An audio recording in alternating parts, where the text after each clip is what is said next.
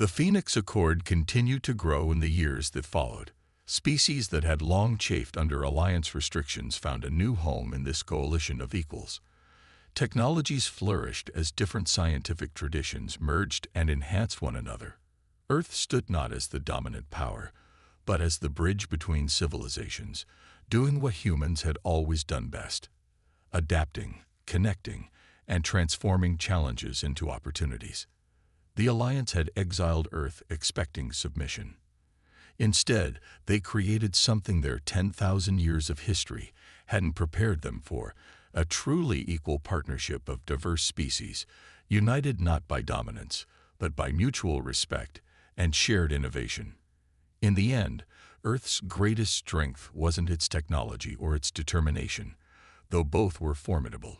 It was humanity's ability to forge connections, to see potential allies where others saw only the unimportant, to create community from isolation, and to transform exile into transcendence.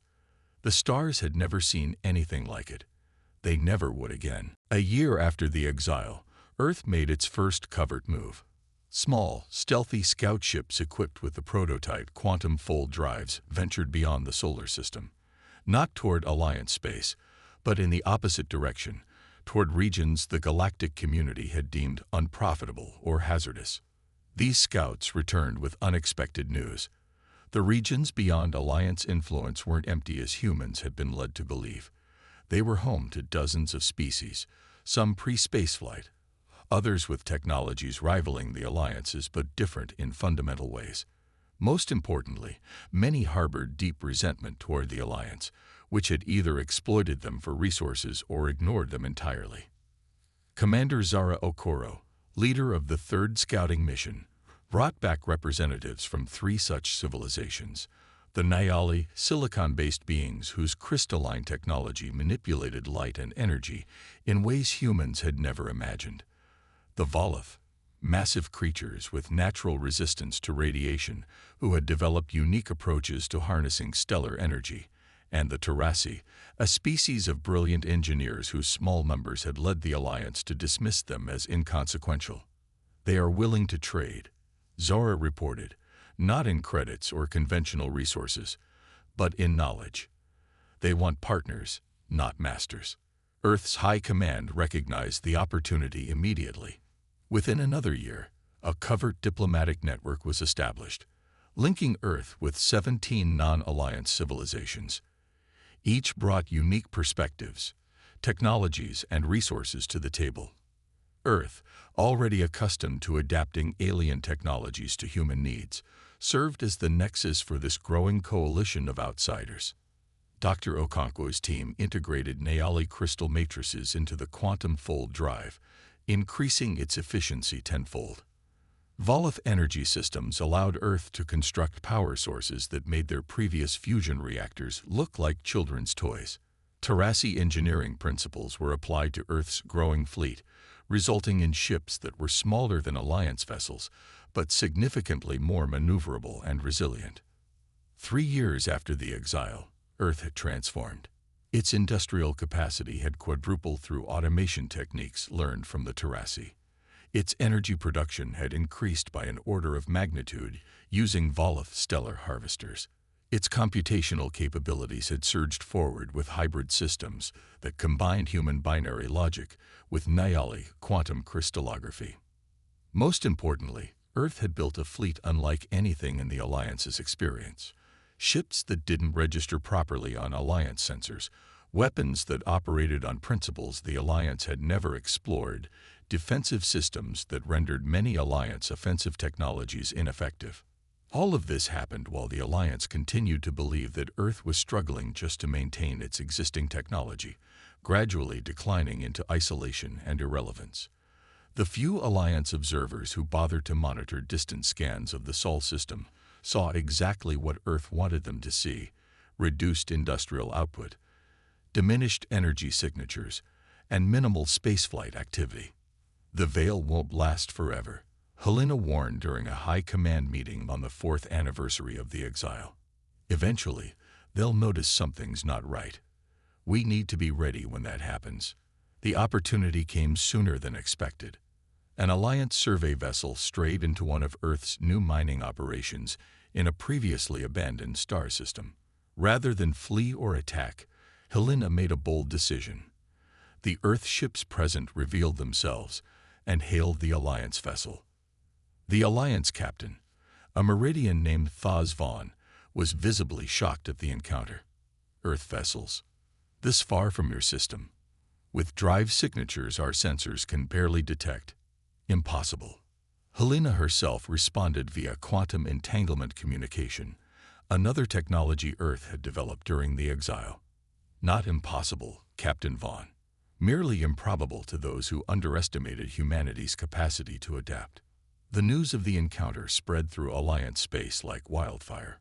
Earth wasn't dying. It was evolving in unexpected ways, and it wasn't alone. The Rising Phoenix. 5 years after Earth's exile from the Galactic Alliance, the Sith ambassador Kryza stood before the Alliance Council, his iridescent skin now pulsing with anxiety, rather than the smugness he had displayed when announcing Earth's expulsion. "The intelligence is verified," he said, addressing the 37 species represented. Earth has established a network of relationships with at least 23 non-Alliance civilizations. They have developed technologies that operate on principles outside our scientific paradigms. They have constructed a fleet of vessels that our sensors struggle to track. The chamber erupted into chaotic debate. The Meridian representative, whose species had historically been among the more sympathetic to humans, raised his voice above the din. "We warned against this action. Isolating a species as adaptable as humans without monitoring them was folly. They were supposed to stagnate and decline," a Tellarite counselor shouted back. "All predictive models showed." "Your models failed to account for human ingenuity under pressure," interrupted Dr. Sean Vorex, a Centaurian xenoanthropologist who had spent decades studying Earth. "Humans don't respond to challenges the way most species do. Where others might conserve resources and focus on stability during isolation, humans innovate aggressively." The Sith ambassador flared his neck frills in irritation. "What's done is done. The question now is how to respond. Earth has violated Alliance space with unauthorized mining operations in the Helios sector. That sector was abandoned as unprofitable 20 cycles ago," the Meridian pointed out. "No claim was maintained. It remains Alliance territory," Kryza insisted. Far from this debate, on the Alliance border world of Teneris, Helena Chen sat across from Commander Drelk Sorat of the Volith Stellar Communion. Between them was a holographic display showing the locations of Alliance patrol fleets. They increased their border security by 300% in the last standard month. Drell noted, his massive form shifting as he leaned closer to the display.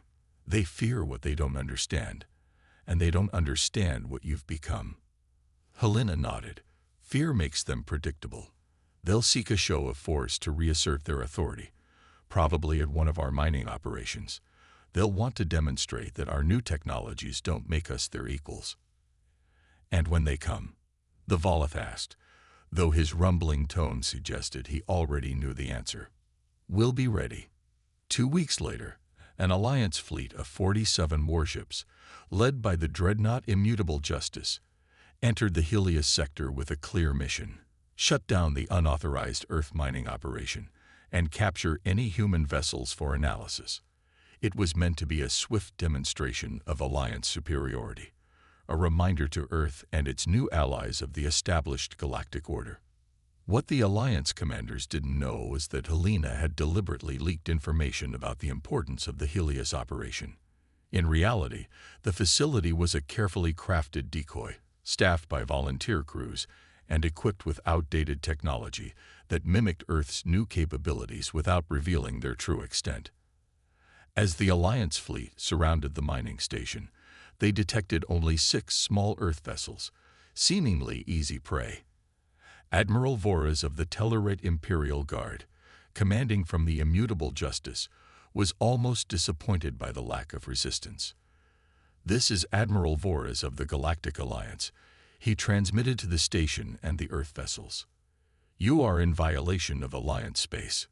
Power down your systems and prepare to be boarded." The response came not in words but in action. The 6 Earth vessels suddenly accelerated to speeds the Alliance sensors could barely track, their movements seemingly impossible as they weaved between Alliance ships. Simultaneously, the mining station's outer shell detached, revealing a heavily armed installation beneath. Before Admiral Voorhees could issue new orders, quantum disruption fields activated around 15 Alliance vessels, temporarily disabling their weapons and propulsion. The remaining Alliance ships found their targeting systems malfunctioning as Nyali light-bending technology created false sensor readings. And then, the true surprise arrived. From behind Helios's 4th planet emerged 30 Earth vessels, each accompanied by ships of Volith, Terrassi, and Nyali design. This combined fleet wasn't as large as the Alliance force, but it didn't need to be. Earth and its allies had spent years preparing specifically for this confrontation. The battle that followed would later be known as the Helios Statement. Earth vessels using quantum fold technology performed micro-jumps inside the battlefield, something Alliance military doctrine had deemed impossible and suicidal. Volith ships absorbed energy weapons fire that would have vaporized Alliance vessels of comparable size. Terrassi engineering allowed for rapid battlefield repairs that kept damaged ships in the fight. Admiral Voorhees watched in growing horror as his fleet's formation crumbled. "What is this?" he demanded over the command channel. "Their tactics make no sense." Helena's voice came through on all Alliance frequencies. "Not to you, perhaps. You expected us to fight by your rules, with your technologies, according to your understanding of what's possible. That was your mistake." Within 3 hours, 29 Alliance vessels had been disabled, including the immutable Justice. The rest had retreated, jumping to light speed with damage that would take months to repair. Not a single Earth or Allied ship had been destroyed, though several had sustained damage. Most importantly, no lives had been lost on either side. Earth's weapons had been precisely calibrated to disable rather than destroy, a fact that would prove crucial in what followed. 3 days after the Helios Statement, a delegation from Earth arrived at the Alliance Council chamber. For the first time in 5 years, humans stood before the assembled representatives of the 37 species. But they didn't come alone. With them were delegates from the Volith, the Nyali, the Terrassi, and a dozen other civilizations the Alliance had ignored or exploited. Helena Chen, now bearing the title of Earth Fleet Admiral, addressed the Council. "We didn't come seeking conflict. Even after you cast us out, we didn't pursue revenge. We simply found our own path and discovered we weren't as alone as you wanted us to believe." She gestured to the diverse beings beside her. "Together, we formed what we call the Phoenix Accord. Not an empire, not a dominion, but a true cooperative of equals. We share knowledge freely, trade fairly, and defend one another without demanding submission." The chamber remained silent as Helena continued. "We could have destroyed your fleet at Helios. We chose not to. Not one life was lost, though your pride may have suffered fatal damage." The Meridian Counselor was the first to find his voice. "What do you want, Admiral Chen?" "Territory, reparations, Earth's raid mission to the Alliance." Helena allowed herself a small smile. "None of those things. The Phoenix Accord doesn't recognize the Alliance's claimed authority over unprofitable sectors. We will continue to operate in those regions, developing them responsibly and sharing their bounty among our members." She paused, looking each counselor in the eye, or whatever sensory organ their species used. "What we propose is simple: mutual recognition. The Alliance acknowledges the Phoenix Accord as a sovereign entity with equal standing in galactic affairs. In return, we establish diplomatic relations, fair trade agreements, and non-aggression pacts." The Zith ambassador, Kriza, bristled. "You expect us to treat with you as equals after a single military engagement? The Alliance has stood for 10,000 years. And perhaps that's the problem." Helena replied calmly. "You've grown complacent. You believe your way was the only way. We've proven otherwise." The debate that followed lasted for days. Some counselors advocated for immediate military response, a full-scale war to crush this upstart human-led coalition. Others recognized the technological innovations displayed at Helios and urged caution. A few, mostly from younger Alliance species, saw opportunity in establishing relations with the Phoenix Accord. In the end, pragmatism prevailed. The Alliance formally recognized the Phoenix Accord as a sovereign galactic entity, established preliminary diplomatic channels, and agreed to a non-aggression treaty. It wasn't friendship, but it was a beginning. As Helena prepared to leave the Alliance capital world, the Meridian counselor approached her privately. "You planned this from the beginning, didn't you? Even before the exile?" Helena considered the question carefully before answering. "Not specifically, no, but we always knew the Alliance relationship was tenuous. Humans have a long history of preparing for worst-case scenarios, and then exceeding expectations when those scenarios come to pass." The Meridian's compound eyes studied her. "And now, what does Earth want from the galaxy?" "The same thing we've always wanted," Helena replied. "A chance to explore, to learn, to grow. The difference is that now we do it on our terms, alongside allies who value us for who we are rather than what we can provide." As her ship departed for Earth, Helena looked back at the gleaming Alliance capital. 5 years ago, they had cast Earth out, expecting a footnote in galactic history. Instead, they had created the catalyst for a new chapter, one where humanity and its unlikely allies rose from exile to reshape the stars themselves. The Exile and Earth's response. The message came on a regular Tuesday morning in 2187. Admiral Helena Chen stared at the holographic display with narrowed eyes, her weathered face betraying no emotion despite the catastrophic news it contained. After 2 centuries of tentative participation in the Galactic Alliance, Earth had been unanimously voted out. Effective immediately, the Zith ambassador's multi-tone voice announced through the transmission, his iridescent skin shimmering with what Helena recognized as smug satisfaction. "Earth is removed from the Galactic Alliance. All trade agreements are nullified. All diplomatic channels close. All Earth vessels beyond your solar system must return within 30 standard cycles or be declared stateless and subject to confiscation."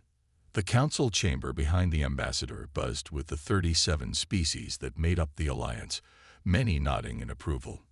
The transmission ended abruptly, leaving Helena and the rest of Earth's high command in stunned silence. "They've been planning this for years," Security Director Omar Ndaka finally said, breaking the silence that had fallen over the Situation Room. "Our intelligence networks picked up whispers, but we never thought they'd actually go through with it." Helena nodded, her mind already racing. "This isn't about our supposed technological stagnation or our cultural incompatibility, as they claim. It's about fear." She turned to face the 20 men and women who represented Earth's unified government, military, and scientific communities. "In 200 years, we've gone from barely achieving interplanetary travel to matching their mid-tier technologies. Another century, and we'd surpass half the Council. They're cutting us off before we become a true competitor." Dr. Eliza Okonkwo, head of Earth's Scientific Advancement Division, leaned forward. "We've reverse-engineered enough of their technology to continue development independently. The issue is resources. Without access to Alliance trading posts, we lose 90% of our rare element supply chains." The room fell silent again as the implications settled in. Earth, with its nearly 15 billion inhabitants spread across the solar system, had become dependent on extrasolar resources. Isolation meant potential economic collapse, technological regression, and possibly even famine on the outer colonies. Admiral Chen straightened her shoulders. "Then we adapt. We survived before the Alliance, and we'll survive after it." Over the next 3 months, Earth's response took shape. Rather than descending into panic or internal strife, as the Alliance had predicted, humanity unified with a shared purpose unseen since the climate wars of the 22nd century. The Prometheus Initiative, a dormant contingency plan developed decades earlier for just such a scenario, was activated. Across Earth and its colonies on Mars, Venus, and the Jovian moons, production shifted. Mining operations in the asteroid belt doubled, then tripled their output. Research facilities that had once focused on compatibility with Alliance standards now pursued radical new directions. Dr. Okonkwo led a team of 10,000 scientists in the development of what would eventually be called the quantum fold drive, a propulsion system that didn't rely on the gravitational slipstreams used by Alliance vessels, but instead manipulated the quantum fabric of space itself. It was less efficient in terms of energy usage, but didn't require the rare element xanthium that the Alliance had carefully controlled access to. Meanwhile, Admiral Chen oversaw the conversion of Earth's modest defensive fleet into something more formidable. "We can't match them for numbers," she told the High Command, "so we'll have to compensate with innovation and tactical advantage." 6 months after the Exile, the first breakthrough came.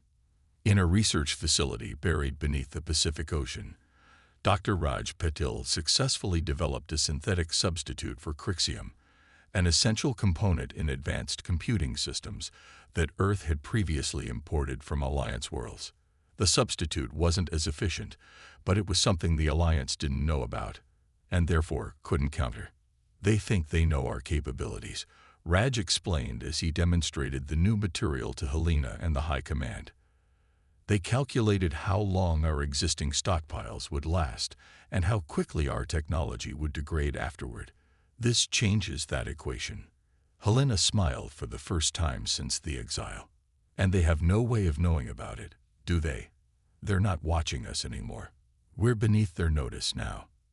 That realization became the cornerstone of Earth's strategy. Being underestimated was a powerful advantage.